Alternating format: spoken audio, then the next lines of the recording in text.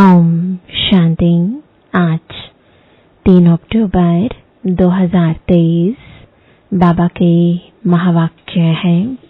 मीठे बच्चे, गृहस्थ व्यवहार में रहते सबसे तोड़ निभाना है। नफरत नहीं करनी है, लेकिन कमल फूल के समान पवित्र जरूर बनना है। प्रश्न है, तुम्हारी विजय का डंका कब बजेगा? वहां कैसे निकलेगी? उत्तर है, अंत समय जब तुम बच्चों पर माया की ग्रहचारी बैठना बंद हो जाएगी, सदा लाइन क्लियर रहेगी, तब वहां निकलेगी। विजय का डंका बजेगा। अभी तो बच्चों पर ग्रहचारी बैठ जाती है, विघ्न पड़ते रहते हैं। 3 पैर पृथ्वी के भी सेवा के लिए मुश्किल मिलते हैं, लेकिन वह भी समय आएगा जब तुम बच्चे सारे विश्व के मालिक होंगे। गीत है, धीरज धर मनुआ धीरज धर, तेरे सुख के भरे दिन आएंगे। धीरज धर मनुआ धीरज धर, तेरे सुख के भरे दिन आएंगे। तकदीर का सूरज चमकेगा, गम के बादल हट जाएंगे। धीरज धर मनुआ धीरज धर। ओम शांति। बच्चे नंबरवार पुरुषार्थ अनुसार जानते हैं कि अभी पुराना नाटक पूरा हुआ है।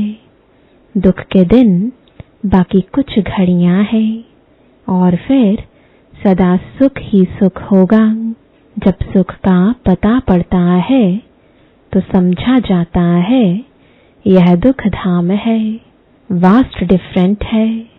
अभी सुख के लिए तुम पुरुषार्थ कर रहे हो, समझते हो यह दुख का पुराना नाटक पूरा हुआ।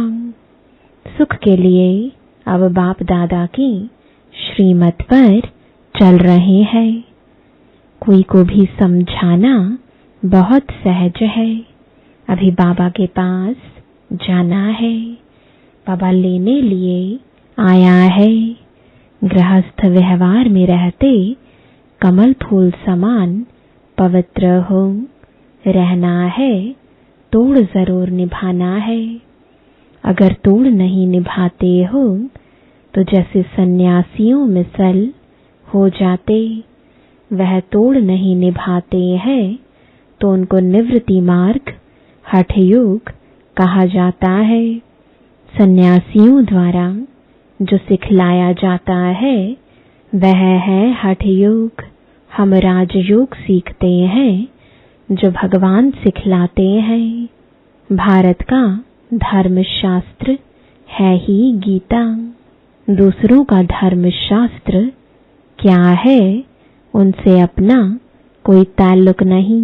तुम अभी गृहस्थ व्यवहार में रहते एक बार सन्यास करते हो, फिर 21 जन्म उसकी प्रारब्ध पाते हो। उनका है हद का सन्यास और हठ योग तुम्हारा है बेहद का सन्यास और राजयोग। वह तो गृहस्थ व्यवहार छोड़ देते हैं। राजयोग का तो बहुत गायन है। भगवान ने राजयोग सिखलाया तो भगवान जरूर ऊंचते ऊंच को ही कहेंगे। श्री कृष्ण तो भगवान हो ना सके, बेहद का बाप है ही वह निराकार। बेहद की बादशाही वही दे सकते हैं। यहाँ गृहस्थ व्यवहार से नफरत नहीं की जाती। बाप कहते हैं यह अंतिम जन्म गृहस्थ व्यवहार में रहते पवित्र बनो। पतित पावन किसी सन्यासी को नहीं कहा जाता। सन्यासी खुद भी गाते हैं पतित पावन, उनको याद करते हैं। वह भी पावन दुनिया चाहते हैं, परंतु यह नहीं जानते कि वह दुनिया ही एक और है, जबकि वह गृहस्थ व्यवहार में ही नहीं है तो देवताओं को भी नहीं मानेंगे। वह कभी राजयोग सिखला ना सके, न बाप कभी हठ योग सिखला सकते, न सन्यासी कभी राजयोग सिखला सकते। यह समझने की बात है। अभी दिल्ली में वर्ल्ड कॉन्फ्रेंस होती है, उनको समझाना है, लिखत में सभी को देना है। वहां तो मतभेद हो जाता है, लिखत में होगा तो सभी समझ जाएंगे इन्हों का उद्देश्य क्या है। अभी तुम समझते हो हम हैं ब्राह्मण कुल के, हम शूद्र कुल के मेंबर कैसे बन सकते हैं, वह विकारी कुल में हम अपने को कैसे रजिस्टर्ड कर सकते हैं। इसलिए ना कर देते। हम हैं आस्तिक, वह है नास्तिक। वह है ईश्वर को न मानने वाले, हम हैं ईश्वर से योग रखने वाले। मतभेद हो जाता है, समझाया जाता है। जो बाप को नहीं जानते वह नास्तिक है, तो बाप ही आकर के आस्तिक बनाएंगे। बाप का बनने से बाप का वर्षा मिल जाता है। यह बड़ी गूढ़ बातें हैं। पहले पहले तो बुद्धि में यह बिठाना है कि गीता का भगवान परम पिता परमात्मा है। उसने ही आदि सनातन देवी देवता धर्म स्थापन किया। भारत का देवी देवता धर्म ही मुख्य है। भारत खंड का कोई तो धर्म चाहिए ना। अपने धर्म को भूल गए हैं। यह भी तुम जानते हो कि ड्रामा अनुसार भारतवासियों को अपना धर्म भूल जाना है।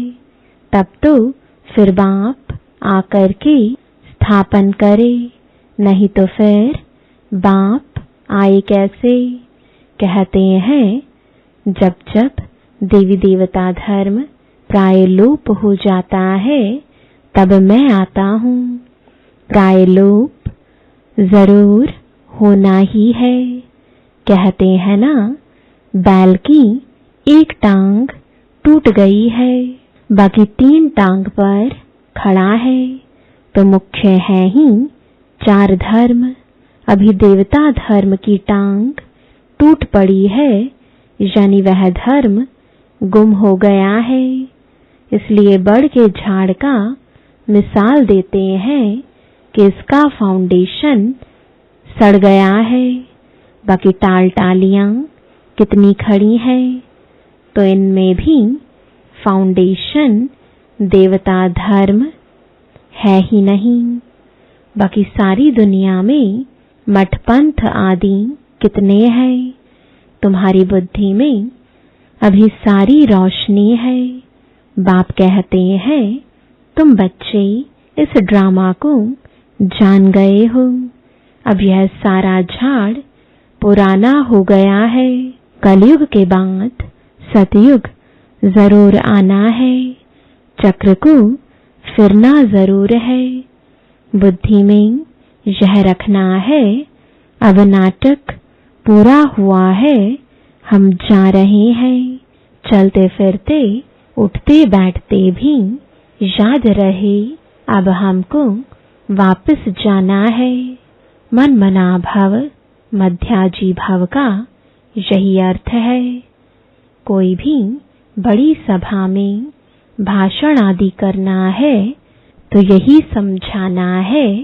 परम पिता परमात्मा फिर से कहते हैं कि हे बच्चे, देह सहित देह के सब धर्म त्याग, अपने को आत्मा समझ बाप को याद करो तो पाप खत्म होंगे। मैं तुमको राजयोग सिखलाता हूँ।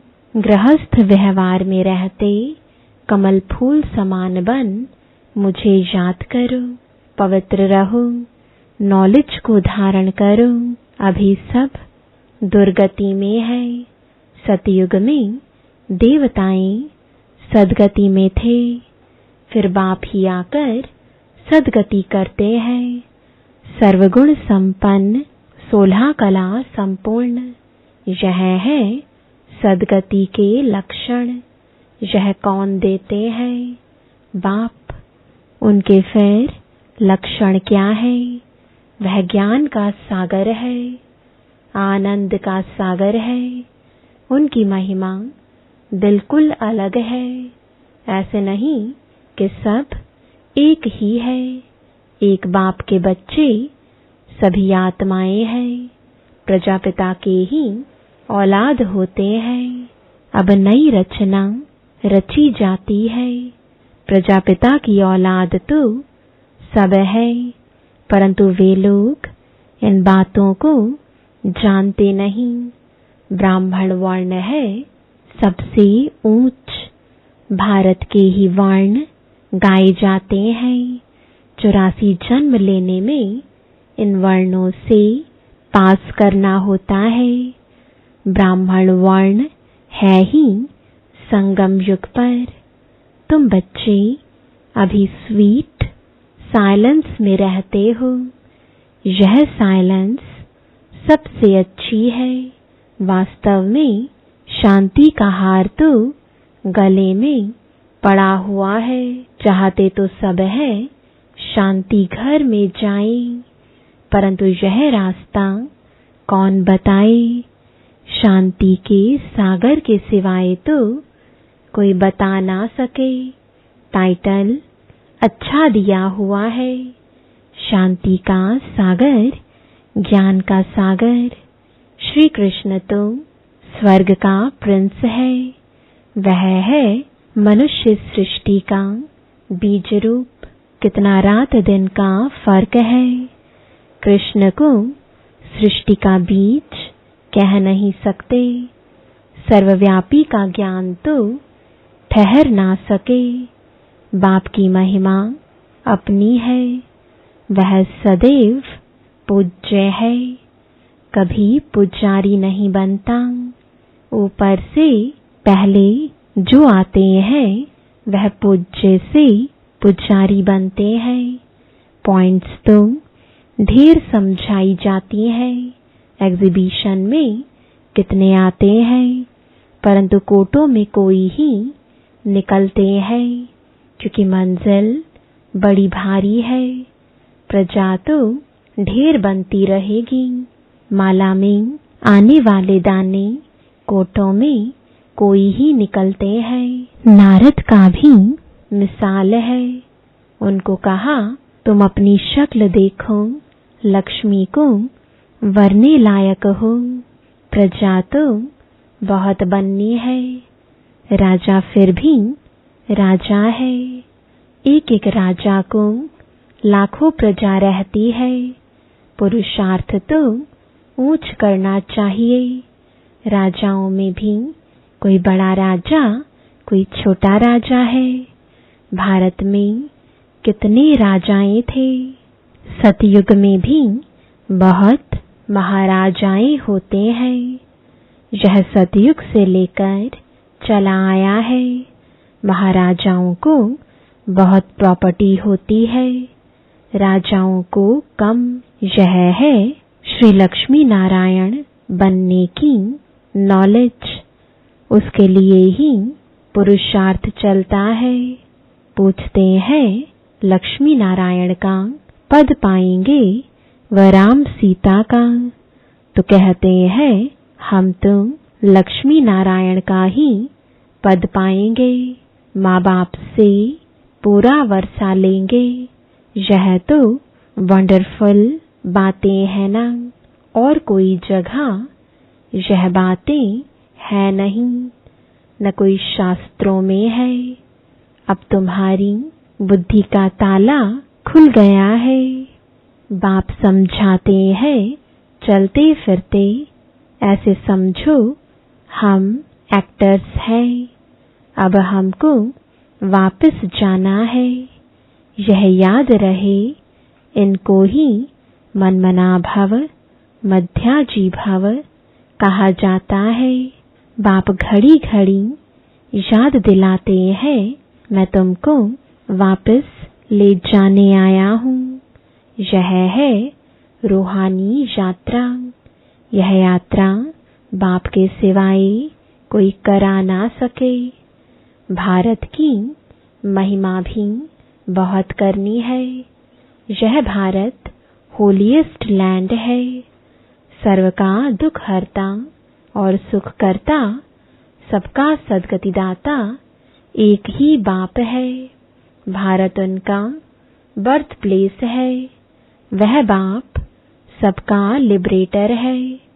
उनका यहाँ यानी भारत में बड़े से बड़ा तीर्थ स्थान है। भारतवासी भल शिव के मंदिर में जाते हैं, परंतु उनको पता नहीं है। गांधी को जानते हैं, समझते हैं वह बहुत अच्छा था, इसलिए जाकर उन पर फूल आदि चढ़ाते हैं, लाखों खर्च करते हैं। अब इस समय है ही उन्हों का राज्य, जो चाहे सो कर सकते हैं। यह तो बाप बैठ गुप्त धर्म की स्थापना करते हैं। यह राज्य ही अलग है। भारत में पहले पहले देवताओं का राज्य था। दिखाते हैं असुरों और देवताओं की लड़ाई लगी, परंतु ऐसी बातें तो है नहीं। यहाँ तो युद्ध के मैदान में माया पर जीत पाई जाती है। माया पर जीत तो जरूर सर्वशक्तिमान ही पहनाएंगे। बाबा ही रावण राज्य से छुड़ाकर राम राज्य की स्थापना करा रहे हैं। बाकी वहाँ लड़ाई आदि की बात होती नहीं। अभी देखेंगे तो सृष्टि में सर्वशक्तिमान इस समय कृष्ण लोग हैं। वह चाहे तो सब पर जीत पा सकते हैं, परंतु वह विश्व के मालिक बने, यह कायदा नहीं। इस राज को तुम ही जानते हो। इस समय सर्वशक्तिवान राजधानी कृष्ण की है, नहीं तो उन्हों की संख्या कम होनी चाहिए, क्योंकि लास्ट में आए हैं। परंतु 3 धर्मों में यह धर्म सबसे तीखा है, सबको हाथ कर बैठे हैं। यह भी ड्रामा बना हुआ है। इनके द्वारा ही फिर हमको राजधानी मिलनी है। कहानी भी है, 2 बिल्ले लड़े, मक्खन बीच में तीसरे को मिल जाता है, तो वह आपस में लड़ते हैं। मक्खन बीच में भारतवासियों को ही मिलना है। कहानी तो पाई पैसे की है। अर्थ कितना बड़ा है, मनुष्य कितने बेसमझ हैं। एक्टर होते हुए भी ड्रामा को नहीं जानते, बेसमझ हो पड़े हैं। समझते भी गरीब हैं। साहूकार लोग कुछ भी नहीं समझते। गरीब निवास पतित पावन बाप गाया हुआ है। अब प्रैक्टिकल में पाठ बजा रहे हैं। बड़ी बड़ी सभाओं में तुमको समझाना है। विवेक कहता है कि धीरे धीरे वाह निकलेगी, लास्ट मोमेंट में डंका बजना है। अभी तो बच्चों पर ग्रहचारी बैठते हैं। लाइन क्लियर नहीं, विघ्न पड़ते रहते हैं। यह भी ड्रामा अनुसार पढ़ते रहेंगे। जितना पुरुषार्थ करेंगे उतना ऊंच पद पाएंगे। पांडवों को 3 पैर पृथ्वी के नहीं मिलते थे। अभी का यह गायन है, परंतु यह किसको पता नहीं है कि वही फिर प्रैक्टिकल में विश्व के मालिक बने। तुम बच्चे अब जानते हो, इसमें अफसोस नहीं किया जाता। कल्प पहले भी ऐसे हुआ था। ड्रामा के पट्टे पर खड़ा रहना चाहिए, हिलना नहीं चाहिए। अब नाटक पूरा होता है, चलते हैं सुखधाम। पढ़ाई ऐसी पढ़नी है जो ऊंच पद पा लेवें। अच्छा, मीठे मीठे सिकिलदे बच्चों प्रति माता पिता बाप दादा का याद प्यार और गुड मॉर्निंग। रूहानी बाप की रूहानी बच्चों को नमस्ते।